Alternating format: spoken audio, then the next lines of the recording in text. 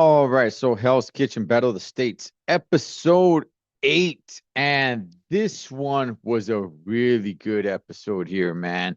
I really dug this episode. So I'm just going to get to the meat on the bone here because this was a point that was super exciting. Look, definitely they went ahead and they had a challenge, and it doesn't matter what happened in the challenge, all right? What matters is there was no dinner service that night. I mean, it matters what happened in the challenge. I'm just talking about who won, who lost. That part, whatever. Okay. But here's the key on this. When Chef Ramsay goes and tells them, listen, there is no dinner service tonight. Instead, the ones that had the worst food on their plate for the challenge are going to be cooking for their lives. They will be going up against each other, and the loser goes home. That is like, dang, man. You know, I wouldn't mind if it's always like that. Well, I don't know if I should say always, but doing that a little more often, I think is pretty cool. However, I do get it. I do understand. You got to see how they respond. You know, in the heat of the kitchen with customers there and taking orders. So I understand that. I understand that. I understand they just can't be, just cooking just for the chef and not cooking for customers and orders coming in and things of that sort. So I get it. I get it. So they were able to cook. They had a choice. They were able to cook pretty much whatever they wanted. And the best dishes were going to stay, or the top three dishes were going to stay, right? So the bottom four was Ellie, Cara Marie, Jason, and Jaden. Oh, I'm sorry, Jason. Jaden and Chris. And so it was two from the blue team, two from the men team, and two from the women.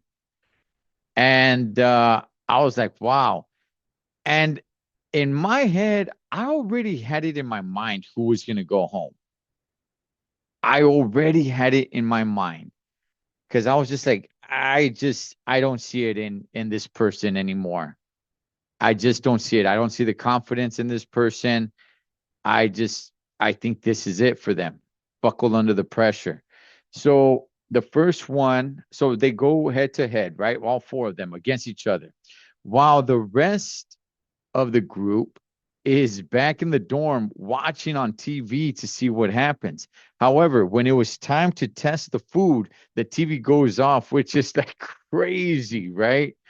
That's the part where it's so suspenseful because as they're watching them cook, they're watching them prepare their food for Chef Ramsay because Chef Ramsay's going to test it himself. He doesn't have any special chef coming in to help him judge the food or anything. He's just going to taste it himself, right? And they're watching them cook and everything on this big flat screen. And then when it's time to test the food, pow, the TV just shuts off, and they're all like, "Oh, we want to know what happened." So they just have to stand there or sit there and just wait to see who comes through the door because Chef Ramsay starts letting them go back to the dorm one by one. He doesn't have all four of them standing right in front and say, like, okay, the one that's going home is, and then he just picks one person. No. As he's tasting each dish, he tastes two of them at a time. And he says, well, the better one of this one is this person. So you're clearly not last. So you go to the door and the competition continues, right? The next dish comes up. All right. Now he tastes that dish. Okay. Now you choose between them two. Which one was better? Which one was worse? And then he sends that person to the dorm. And the rest of the crew, the rest of the team, I should say, they're back in the dorm just waiting, right? Pinching their hands, pulling their hair out to see who's coming in next, which I I like it. I like it crazy. So the first one to get saved was Ellie, right? She was the first one to go um back to the dorm. And everybody was received very well. I like Alexandria I liked her response because she felt that this is going to be good for her because nobody's going to be able to vote her up to go, in front of Chef Ramsay and fight for her life to stay there. She's all like, no, cool. This is the four lowest dishes. And she felt that she was in the clear. And actually, she was kind of upset at Cara Marie. So she's all like, I'm not really rooting for her that much. She's kind of a two-face. I like the fact that she kept it real like that. I can definitely appreciate that. So, Ellie was the first one to go back to the dorm, and it was the dishes between, I believe it was between Jaden and Ellie, and Ellie's dish was better than Jaden's. So Ellie goes back first, and then Cara Marie comes up with her dish. So now it's between Jaden and Cara Marie. And guess what? Jaden gets to go back to the dorm. So now it's Cara Marie one on one with Chris. And Ellie goes back to the dorm. Everybody loves it. Jaden goes back to the dorm. Everybody loves it. The red team, even though he's from the blue team, the red team just comes and starts embracing him with hugs, man, right away. But now that there was two left, it was Chris and Carl Marie. Well, now Chef needs to taste Chris's dish. And now the suspense is there. And in my mind, I'm like, you know what? Look, I like Chris. I do. I'm thinking like, can I see him winning this whole thing? Ah, man. I don't know. At this point in the competition, usually I have kind of picked one or two. Usually I have like a top three of who I think is gonna win the whole thing. Chris may be one of those people, but I'm not really sold on anybody quite yet, to be honest with you guys.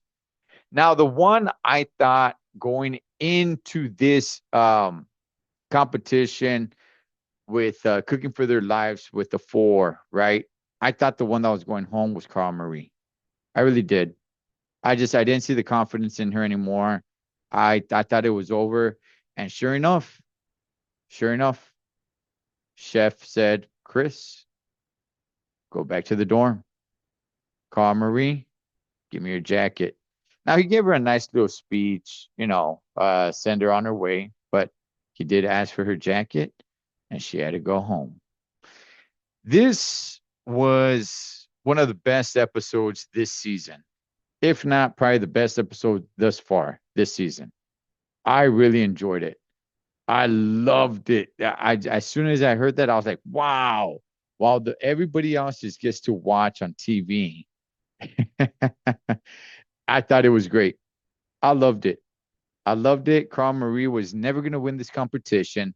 I don't have any beef with her. I don't have anything bad to say about her. It's just she doesn't have it. And look, just to be honest, just to be real clear, I've watched every single episode of every single season of Hell's Kitchen. By this point, by the eighth episode, I have about three competitors where I'm like, okay, is it be one of these three? Maybe four. This season, I'm telling you guys right now, nobody really stands out to me. I see flaws in everybody. Usually by this time somebody has somebody has stood out, I should say, and I'm like, okay, this person, that person, maybe even this one and that one, right? As a wild card, these stand out. But this season, I don't know, man. A lot of these people seem immature. A lot of f ups. I'm real with you guys, man. I don't know. I don't know. I wouldn't be too. I mean, I'd be surprised, but I'm just trying to make a point here. And when I say I wouldn't be too surprised if Chef says, you know what?